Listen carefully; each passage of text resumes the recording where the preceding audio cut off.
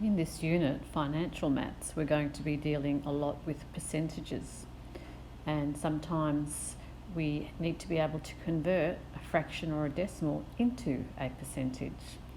The general rule of thumb for converting into a percentage is to times by or multiply by 100. So if we do that, then we'll be able to get our percentage. So let's look at the first one here. We need to convert 19 on 20, which is a fraction. And so we want to times it by 100, or 100 on 1. You can just simply pop it into your calculator to make it a percentage. If we were doing it manually, 20 goes into 20 once, into 100 5 times. 5 times 19 then is 95%. Again, we can simply put them into our calculator. So 3/8, again, times by 100, or 100 over 1. And when you put that into your calculator, 37.5%. The last one here is a decimal. Okay, these are actually easier. You don't even need your calculator here. Timesing by 100 means move the decimal point 2 places to the right, because you have 2 zeros, and you end up with 7%.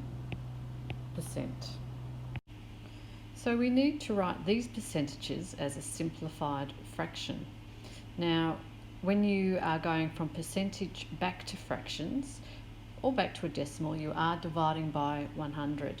So what you end up with here is 37 divided by 100. Can that be simplified? Is there anything that goes into 37 and 100? No, so therefore that is your final answer. What about this one here? 58%. So again, we have 58 over 100. That's a fraction, but is it simplified? And the answer is no in this case. So 2 goes into 58 and it goes into 100. So our simplified fraction is 29 over 50. Now, your calculator simplifies your fractions for you as well. So it will do the whole lot in one go. And then the last one here, 612, again, divide by 100. Does that simplify? Yes, it simplifies down to 153 on 25. So 4 goes into both of those. Now, can I leave my answer like that? It is simplified. It is an improper fraction, and improper fractions are fine. You do not have to change it to a mixed number. So you can leave your answer like that. A few more examples here of converting a percentage into a decimal. Again, we know divide by 100. Move your decimal point back 2 places, 0.93. This time you've got 7%, and of course we're dividing by 100. Now, because you've got 7 divided by 100, your decimal point is here. If you move it back 2 places, you've got a 0 to fill in, so you get 0.07. Of course, your calculator gives you these answers as well if you're not good at doing it mentally. And divide by 100 here, and you get 0.3, because that 0 at the end doesn't really mean anything, so you can just write it as 0.3. Let's put some of these now into practice. Looking at the first one here, it asks you to find 42% of $1,800. Now, 42%. Percent means out of 100, so 42 out of 100.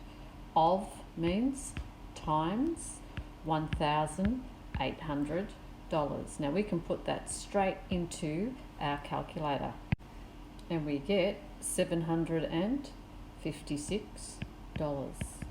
So really what we're doing here is translating from English into mathematics. And once we've got that statement, then it's just a matter of putting the right thing into our calculator. What about the next one? Mary lost 6 kilos and now weighs 54 kilos. What percentage of her original weight did she lose? Now we do need to be a little bit careful with this. her original weight here, we know that she lost 6 kilos and now weighs 54. So if she lost 6, she must have been originally 60 kilos. Now we want the percentage of the original weight, the percentage that she lost. Now she lost 6 kilos, so that was 6 out of the original amount, which was 60. And then we want to make it a percentage because they want a percentage, so we times it by 100. And when we pop that into our calculator, we get 10 or 10%. So she actually lost 10% of her original body weight.